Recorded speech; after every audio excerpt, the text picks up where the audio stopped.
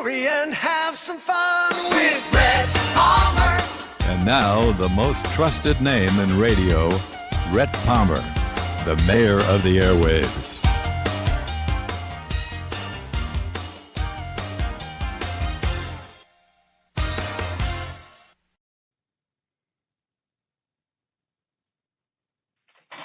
Well, about a month and a half ago, I got a call from former Secret Service agent Don Bell. As you can see between us on the screen, if you're watching us, if you're hearing us, it's called Struggle to Zero, and it's available in bookstores everywhere, on Amazon, anywhere else you want to get it, or in the Vero Beach Book Center in Vero Beach, Florida, if you're listening locally. Don Bell's approached me about a month and a half. Little did I know that the timing would be immaculate, in that, 2.5 weeks before the attempted assassination on our former president, Trump, he was saying that there was a group of Secret Service agents that were trying to oust the executive director, that she was pushing for diversity, but pushing at diversity and sacrificing talent or experience, which we were against, and some other things that were going down. And now, ironically, here we are on the other side of that a month and a half later, and it was so apropos that you were on the show, because now she is history, and as simply amazing events, and nothing less than miraculous, Don Bell, nothing less than miraculous that by centimeters, Donald Trump is alive. That's true. The latest thing that's being reported or whatever by the FBI director, which apparently former President Trump does not agree with, is that shrapnel instead of the bullet caused the damage to his ear. Shrapnel.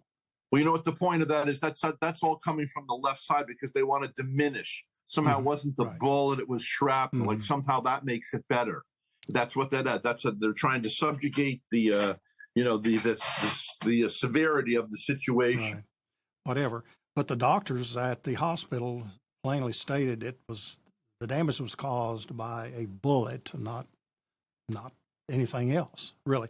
But anyway, I hope that things will calm down. It usually does, and everyone is learning an important lesson, and in order that this particular situation or any situation will never happen again. And that's what the Secret Service tries to do. Every time an incident like this occurs, we try to go in there and plug the holes, the security lapses or holes, so it never happens again. And you were actually with President Ford when he was shot at.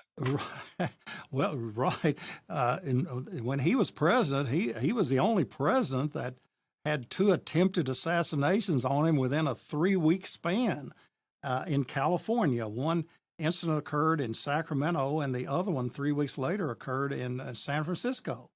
And the first one that occurred in Sacramento, he was out there to address the California legislature, and himself and his entourage, they walked across the Capitol grounds to the Capitol building inside from his hotel.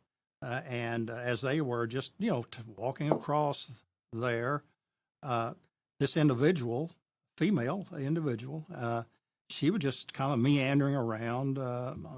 She didn't really attract any attention. So she just worked her way up to within a few feet of President Ford and his Secret Service detail. And she pulls out a .45 caliber pistol, and she pulls the trigger, but it did not fire. Okay, and luckily it did not fire, and the reason being is that in order for that particular gun to fire, you have to cock it first. You have to cock a live bullet into the chamber and then pull the trigger in order to make it fire. So she forgot to do that, and that's probably, and it is my opinion, that's probably the reason he was not shot. I mean, definitely. And then 3 weeks later, another, in this case, a female, Sarah Jane Moore, was waiting across the street in San Francisco, where President Ford was staying overnight in a hotel, and as he came out to get into his limousine, she takes her pistol and fires a shot at him, and the bullet hits the pavement and it ricocheted and so forth, and it failed to hit President Ford. So I mean, it was beyond belief, you know. I was a little surprised when I met Ford. Now, when I interviewed President Ford, it was before 9/11, but I had a briefcase. It's an old briefcase, my leather, and I had all these famous people sign it who I did interviews with. And I had it with me, and inside that was a recorder, a cassette recorder. That's how I used to do it, you know, a professional cassette recorder. And when the Secret Service brought me back through this, you know, this labyrinth or whatever the right word is of this maze leading into the room I would interview him at, I mean, no one even checked my luggage to see what I had in there. Now, remember, this is preceded 9/11. But you would have thought with two attempts on his life. Now, of course, when I interviewed him, he was no longer the president. But I think you would agree with me, having worked with 8 presidents as you have, that once you have been a president, I realized that particularly with Ford, when I came downstairs that night and he was dining, and they'd taken a whole section of the dining room, quarantined it, and they put the Secret Service agents, you know, about maybe 20 feet away from him, so they weren't in his face. But there he was sitting alone. And I thought, oh, my God, it finally dawned on me that once you've been the president, you never get to not be a president. I can't imagine saying, hey, Don, you're my Secret Service agent. I'm President Palmer. And all of a sudden they say, well, I want to go into the toilet in that bookstore across the road. Hold on, Mr. President. We got to go, you know, check it out. I mean, I can't even go into the toilet. Right. I remember when Obama was being interviewed by Jerry Seinfeld with comedians in cars getting coffee, and they drove around the White House, but Obama legally was not allowed to go out without the Secret Service, so he couldn't drive around except on the grounds of the White House, which was kind of a hilarious thing. And I remember Mrs. Obama saying, I wish I could go back to Target and shop like a normal human being. Right. As the saying goes, you know, if you're once a governor or once a president, you can't be called president or governor twice, like governor or president. You know, if they are president twice in two terms rather. So anyway, once a president, that person is always referred to as a president. And same way with a governor. You know, a lot of states have only the one term for a governor.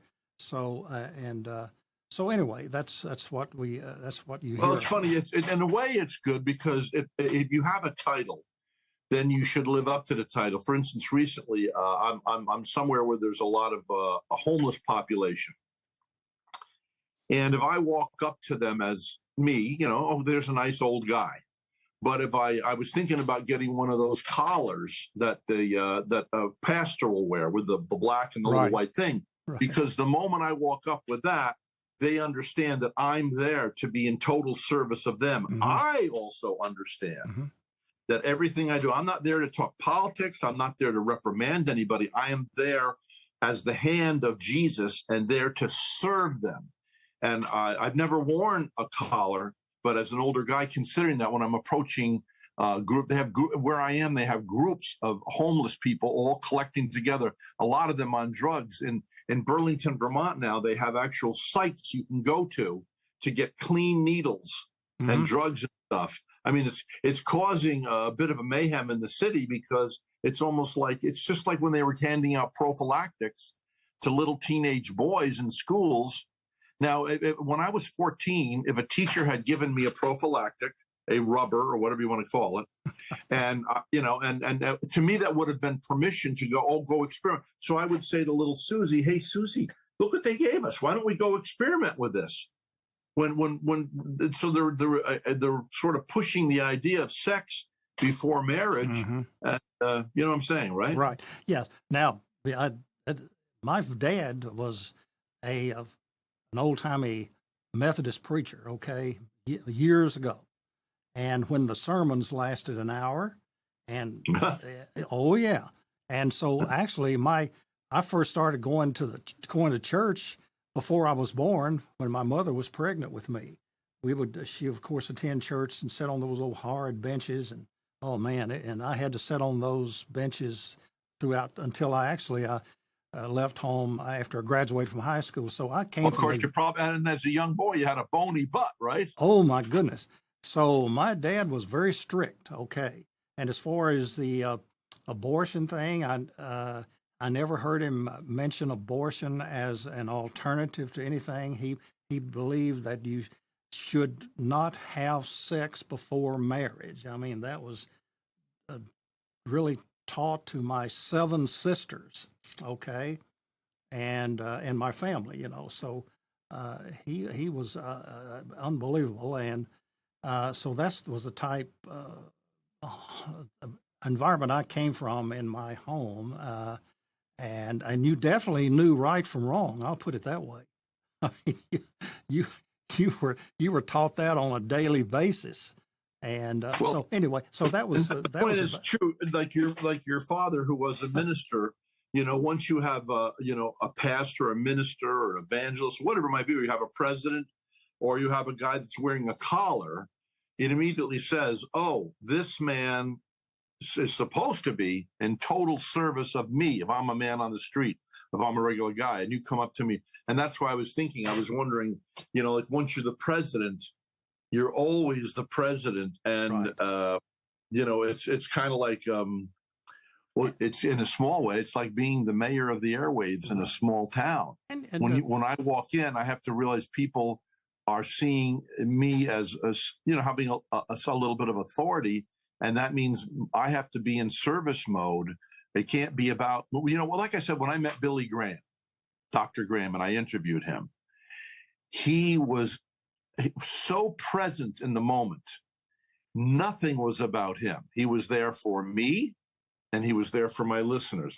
I've never met anybody so kind and so loving. He was the ultimate man I've met, and a very, very Jesus-like.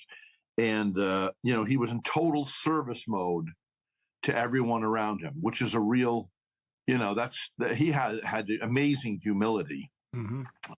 One thing I do want to say about your dad, though, taking an hour, in case there's pastors, I have pastors that come up to me and listen to my show, and that is this. If you go on YouTube, and remember, I saw Billy Graham, live at least 3 times in England, South Florida, New York State, and then, of course, I met with him up in Tallahassee to do the interview. But, what was I talking about? I kind of drifted off there. The hour-long sermons and so forth. Oh, yeah. Just that he never, if you go to YouTube, he never speaks. Watch the clock. He never speaks over 30 minutes. Now, if he's the greatest orator of all time, the more you say, the less people remember. The less you say, the more they remember. Oh, definitely. So cut out the fat. I have friends of mine that are New York Times bestselling authors, and they always say they cut out the fat, cut out the fat. They read those books 10 times. And then their editors read them 10 times before they go to press to cut out the fat. And so if you're a preacher and you're listening to this, I think it's rather arrogant to be preaching longer than Billy Graham did. And it was never over 30 minutes. Get up, speak up, shut up, and sit down, as they say. And that makes for the greatest speakers. Look at, and then I'll get back to you, Don. You remember who's the guy that was the head guy during World War II in England? Winston Churchill. Winston Churchill, right. Winston Churchill had a moment. He's world famous. He's considered a world-class hero. He is and was. And he gets up to speak to the graduating class at Oxford. And instead of, oh boy, the focus is on me and I'm going to talk about this and that and expound my wisdom, he gets up and he says, "Don't quit. Don't quit, don't quit," and then sat down. Now, he gave up that moment of glory of self to make a point about not quitting. And here I am quoting him now, and he's been dead for decades, because in that moment, if he'd gone and blabbermouth like the guy before Lincoln, the guy before Lincoln spoke for an hour at Gettysburg. Lincoln spoke, I think it was about, I don't know, what's it, 80 seconds? Yeah, just a few minutes at the most. Yeah, a few minutes. And the man who spoke for an hour marveled and said, "Oh my word, that man has said in 2 minutes what I was attempting to say in an hour." Mm-hmm. Cut out the fat. Don't abuse people's time. Another thing that bothers me too is when people, and you ask somebody to pray, and they're leading the congregation, and then they start using the prayer time as another. They're not talking to God anymore. They're trying to preach at you. Right, Do as a not sermon. use the prayer time to do an extra preaching. Yeah, right. It's prayer time. Mm-hmm. Yeah. Now, a lot of people will not believe this, but now, just to give you a short example of what the churches were like in Kentucky when I was born, and when my dad started out in the 1920s, and then in the 30s and 40s and 50s, he retired in 1965. Okay, but the church services back then were unbelievable. My kids they cannot relate to anything about my background because it's people live much better 300 years ago than we did. Okay, so for example, at my dad's first group of churches, which he started out with 5. Okay, 5 churches, and the parsonage was located right on the same grounds as the church, one of his churches. So on Sunday night, for example, when we would all go across the yard to the church service during the summer, the deputy sheriff, or we call them the high sheriff, would be sitting on our front porch in the rocking chair, waiting on the rowdies to congregate out in front of the church door, interrupting with the church service, throwing rocks on the tin roof and so forth. And then he would always have to take some of them to jail. Okay, that was what I faced as a young kid, 6 years of age. Okay, and then during the church services, it was not unusual for back in the amen corner, for example, some old boy would get back there and he'd get up and start cussing, right in the middle of the sermon, and things like that. So this was the environment back then when you went to some churches and on occasion. So it's what people put up with in church. Well, I never ever heard that before. And why were they doing this again? Why were they so for entertainment? The rowdies would gather around the front of the church on Sunday night during the summer, as their harassment was to harass the church goers, the church people. Okay, and then during the winter they would congregate in front of the church, and the old stove pipe going out the top of the church, burning coal. What they would do, they would stop it up at the top, and then smoke would just fill the church sanctuary, and people would have to come running out of the church because it was being filled with smoke from that coal burning stove. So I never realized there was such persecution against the church in America back then. They did it for entertainment, to harass the church people. And it's just a taste of what they had to put up with during that period of time in certain areas of the country.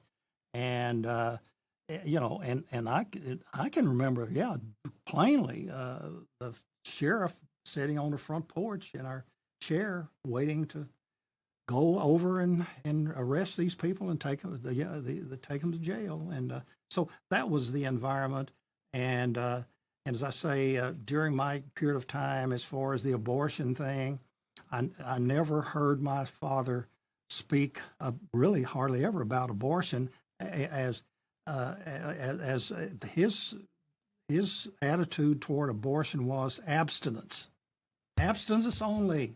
Okay, and he never spoke about anything else other than abstinence. Okay, before marriage. And it was wild, okay, wild. And I do remember a lot of those things that happened. As I say, my family and my kids, they cannot relate to anything because my wife, Stephanie, she came from a totally different environment than myself. Okay, she was lived on the outside in the main line up in Philadelphia, out on the main line there, and her stepfather's father was a U.S. congressman in 1920s, bought 5 acres of beachfront property there in the 20s, and then he was appointed a federal judge, by President Hoover, and he remained a federal judge there in the Philadelphia area for 40 years.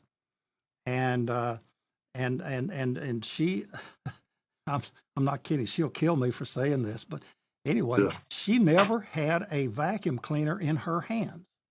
Never. She did not know what dirt looked like. Okay, they had a maid or someone to come in and clean the house and everything. Her mother did. So she came from that environment, and I came from this environment that I just spoke about. So, and you're talking about opposites. I mean, it was unbelievable. So anyway, that's where I come from, and we've been married 57 years. Okay, and so, but anyway, getting back to what I was here for today, and is there regarding what else would you I like want to talk about the executive director. The irony that you came into my life here a few weeks before all this went down, and you were telling me, that there's a group of Secret Service agents that were employed or ones that are employed, hundreds that wanted to get rid of this executive director who was pushing diversity and hiring people that were incompetent in the name of diversity. We saw that. If you watch the videos, you saw the video I sent you yesterday of these 3 girls that looked like they were from a Benihana or Benihaha, whatever it was, the comedian from England. Yeah. It was just utter ridiculous. They didn't know what to do. They couldn't put their guns, their gun back in the holster. Yeah. As I say, getting back to that, first of all, I will, during my career with the Secret Service, I had nothing to do with partisan politics except to vote, okay, during my career.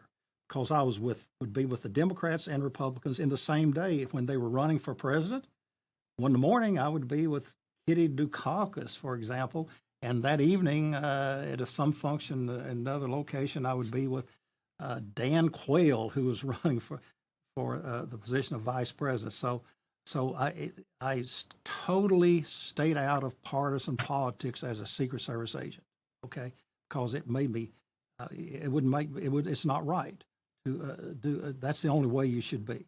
So, but after you retire, and so forth, you have the freedom to, I guess, say whatever you want to say if you want to take the chances of being condemned by a lot of your co-workers and so forth. And I never would say anything personal about the people we protected. You saw them up close and personal, and what they did when they were there, or being the real people, and so I would never, ever, under any circumstances, criticize anyone that we protected. I just want to make that clear, okay? And but after you retire, you can become involved in whatever your life, and so I would, of course, disagree with the policy.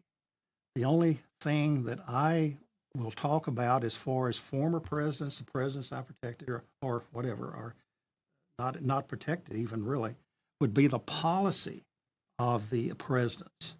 And so that's basically where I come from. But, like, for example, I do not agree with the fact that former President George W. Bush pulled our troops out of Afghanistan and went into Iraq. Okay, that's a policy decision, and as any normal American has a right to speak on those terms. But this would be after I retired.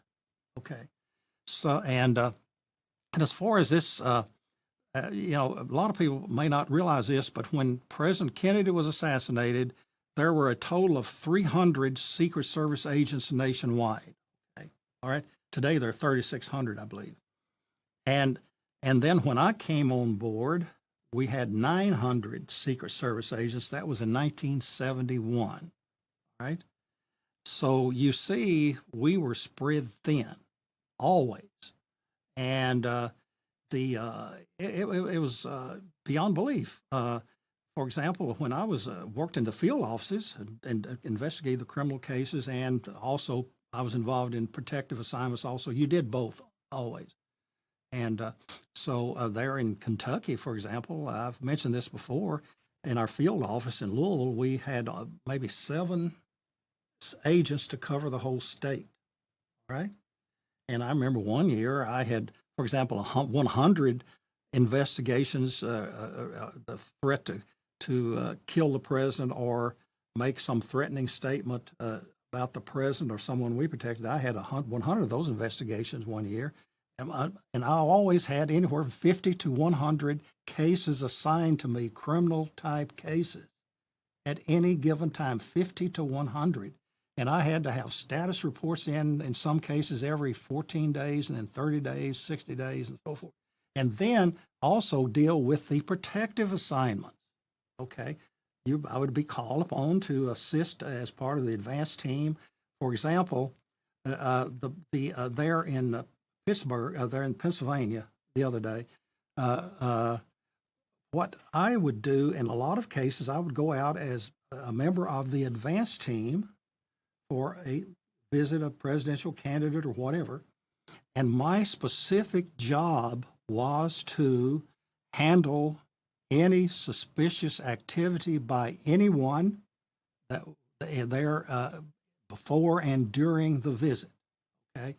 And it would be, that's happened to me in many cases. I would be involved in the visit while the protectee was there, and we would get information from the local police department. Oh, so-and-so out here, he's making these threatening type statements and so forth. And so as a member of the advanced team to handle those cases, I would go interview that person and conduct a personal interview and so forth and determine whether or not I felt that this person was a danger to that protectee or not.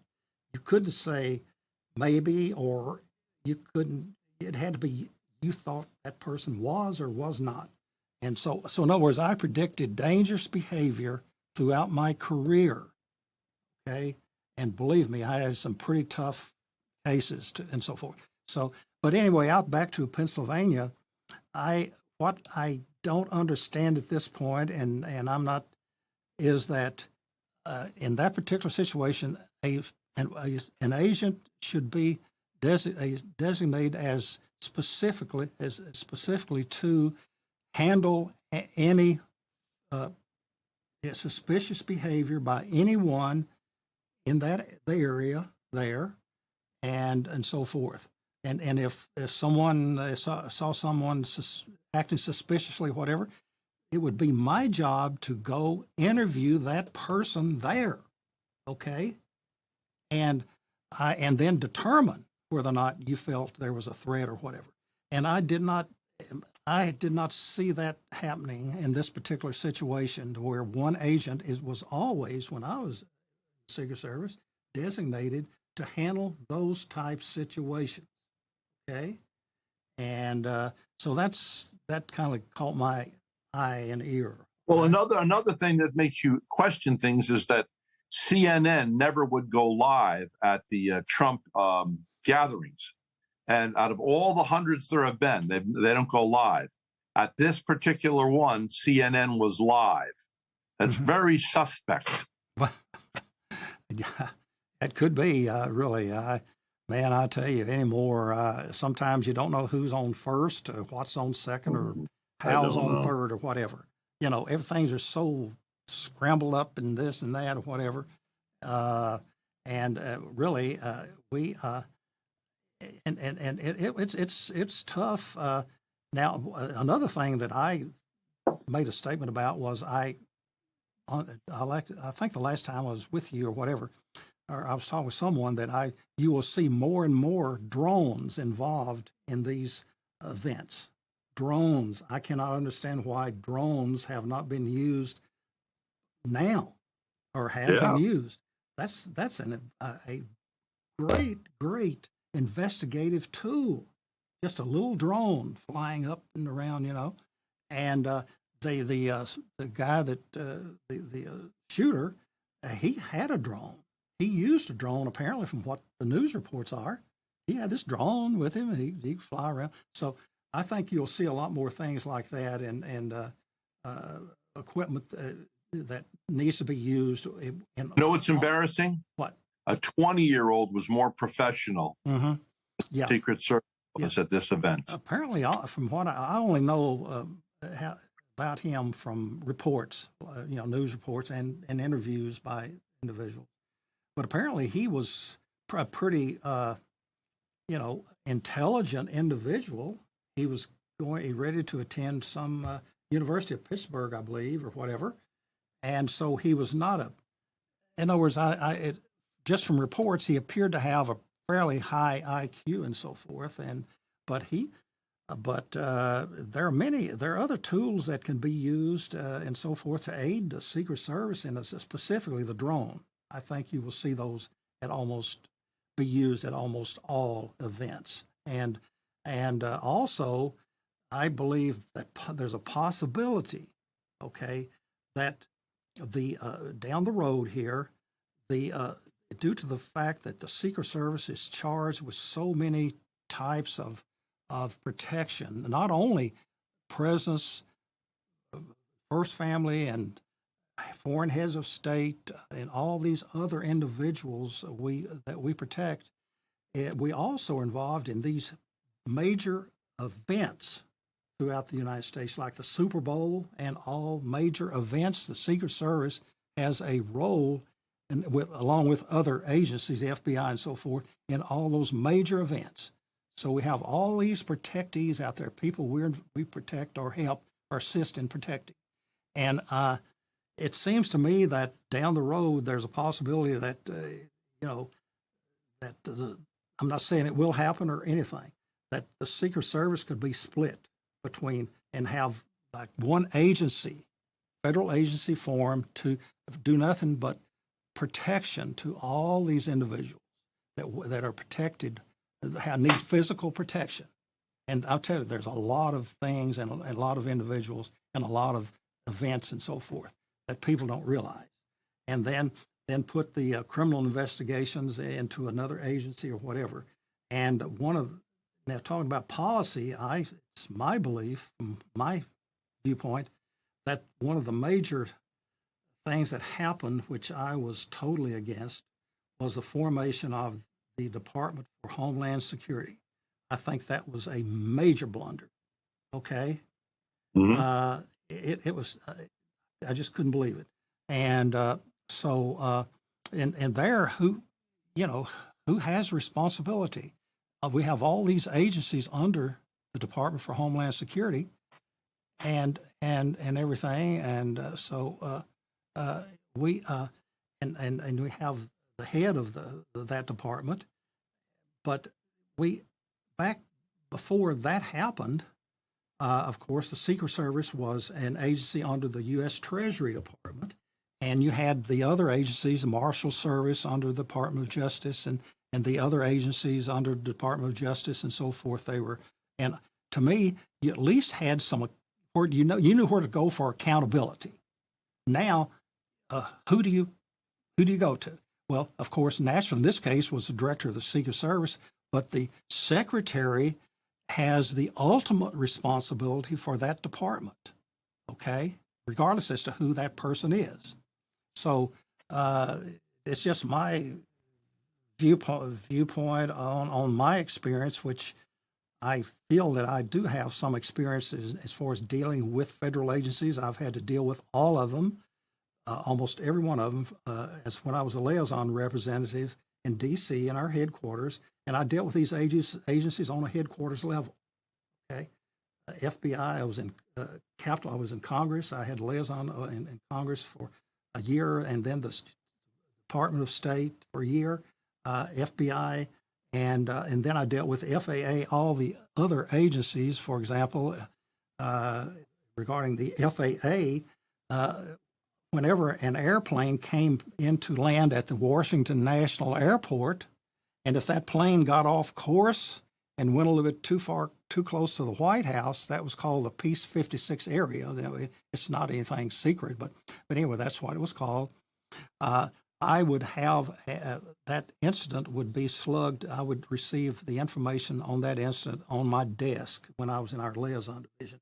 Every single flight that got too close to the White House, for example, when I was dealing with the FAA, and so what I'm saying is, I'm not an expert. I don't pretend to be an expert. I only can talk about what I experienced. Okay, and so forth. But well, anyway, what do you think is going to be the believe. ramifications? We're about out of time today, but okay. I want to know, what do you think the ramifications are going to be of them getting rid of this executive director? Well, they've already gotten rid of the director of the Secret Service. She's already resigned. Yeah. Oh yeah, she resigned, and I think that was a good move. So how is that going to affect? What's going to happen now? Well, right now the deputy director is the acting director of the Secret Service. I don't know him. I don't know anything about him at all, and I just hope that the administration will appoint someone that is not worse than the director that was in there that resigned. That's and I hope they can come up with someone not better. Okay, and that's my concern at this point. And it's just beyond belief. Really, as I say, the Secret Service, as I previously stated here, maybe down the road, this is just something I'm throwing out just based upon my experience only, okay? Is the fact that there's a possibility, due to all the enormous protection responsibilities we have, maybe that whole thing, protection, should be put under one agency, so there would be someone you could get accountability, where the head of that agency, you went to that person, and that person would be like J. Edgar Hoover when he was director of the FBI, for example. You need someone that you go to for accountability, and I think that's lacking. And as I say, I think that Department for Homeland Security, I think that was one major policy decision. I'm not saying anything negative about President George W. Bush. Go ahead. What? Okay. Just go ahead and say it. I think that was a terrible mistake he made when he originated the Department for Homeland Security. You have how many agencies under there and under one person, and it's so convoluted. Is that it, or whatever? And you don't have, like, this director of the Secret Service. She should be the person. The director should be someone that you could go to for accountability. But Mayorkas and whomever would have that title, they are really in charge. What does confluted mean? Say what? Confluted. Yes, confluted. Hey Siri, what does confluted mean? You're going to prove me wrong. No, I'm just trying to look it up here. Confluted. But anyway, so it's like the Marshal Service and these other agencies. Immigration and Naturalization used to be one agency. When I dealt with, I was up there when INS dealt with immigration. Okay, but if you wanted responsibility and so forth, you could go to that particular agency. And there is no such word as confluted. Confluted? Convoluted. Convoluted. That's okay. Convoluted. Hey, okay. As they say, my bad there. I was getting my words mixed up. Convoluted sounds like it should be a word. Oh, me. So, anyway. Well, I want people to know too that it takes 1,000 million to make $1 billion. It takes 1,000 millions to make $1 billion. The U.S. government now spends $800 million annually just for the protection of the president, not his wife, not his children, all of us. That's extra, not senators, not congressmen.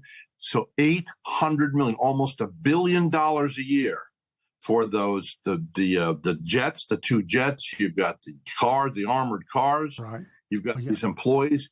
$800 million a year for protection. Oh my God. Well, yeah, the Secret Service budget, I think, is 3 or 4 billion a year. I believe that's what it is. But it's something must be done. Okay, and I hope that we have those individuals in our government that will have enough sense to know what to do to improve things. Let me ask you this. When I was a boy, I guess I was mistakenly told, someone said, oh, you can only be a Secret Service agent if you're also an attorney at law. That was the FBI. That was Hoover. Hoover came up with those qualifications many, many years ago. Oh, for an FBI agent, yes, you do for have an FBI to be a agent, lawyer. Yes, an accountant or a lawyer. And in order to get your accounting degree, there in D.C., what the employees would do, in addition to the accounting degree, you had to have like at least 3 years experience in an organization or like teaching or whatever, in addition to the accounting. He was degree, a tough guy to work for, huh? Huh? Yeah. Oh, yeah. He would. Now you met him and you worked with him. He was. When I was there, I was around. They were just everywhere. It's like your coworkers when you go into an office or whatever. They'll be here, there, or you meet someone, and during the period of time I was a tour leader, I took tourists on tours of FBI headquarters when I turned 20 years of age. Okay, I was just out of the cotton fields and cornfields. So did you get to meet him? As far as just personally meeting him, no. I would work with his assistant director. I'd be all around his office and just everywhere. And now, if I wanted to meet him, yeah, I could request to go in and meet him. Mm-hmm. That was no problem. But it was just, when I was there, it was just busy and everything. And remember, I was only 20 years of age when I became a tour leader. And as a tour leader, I had to be in class room for 3 weeks, 8 hours a day to learn the history of J. Edgar Hoover, everything about him and the FBI. Okay. Wow. Here I was this young kid, and I was lucky. Get into some of those things in this book. Well, yeah, everything. Yeah, really. And I remember I was at 21 while I was a tour leader. I became the coach for the FBI headquarters girls basketball team. Okay? For example, I get a quick story there. Okay, so here I was the coach due to the fact I was familiar with girls basketball from high school, being at that time in Tennessee. So yeah. So I was they wanted me to be the coach, and we were in a league with the State Department, CIA, and other federal agencies. We were in a league, and so our team. First of all, I had 60 females to come try out for the team for 15 positions. Okay. So here I am, 21 years of age, but anyway, I became the coach, and we won our league, okay, and all of us received these trophies. One huge trophy, which was put out in Hoover's outer office, and everyone got an individual trophy, okay. And there's a picture in the book with my team, and so forth. But now the boys also won. They had an intramural football team. Tag or whatever, touch football team. So they won their league also. Okay. Now they got to go in and meet Hoover personally. Okay. But we did not. And I found out later why we were not, he did not. Why? Why? Because they were female. That was the reason. Well, of course, yeah. Female. Well, listen, we're out of time today, and things have changed certainly. But Don Bell, former Secret Service agent, get a book, Struggle to Zero. It's available at the Vero Beach Book Center. It's also available at Amazon. It's also Barnes and available Noble, wherever. Barnes and Noble. Listen, everywhere. It's good day, Don. Okay. And thanks for coming in. Thank you. Have fun. All right, you too. Okay, thank you. Okay.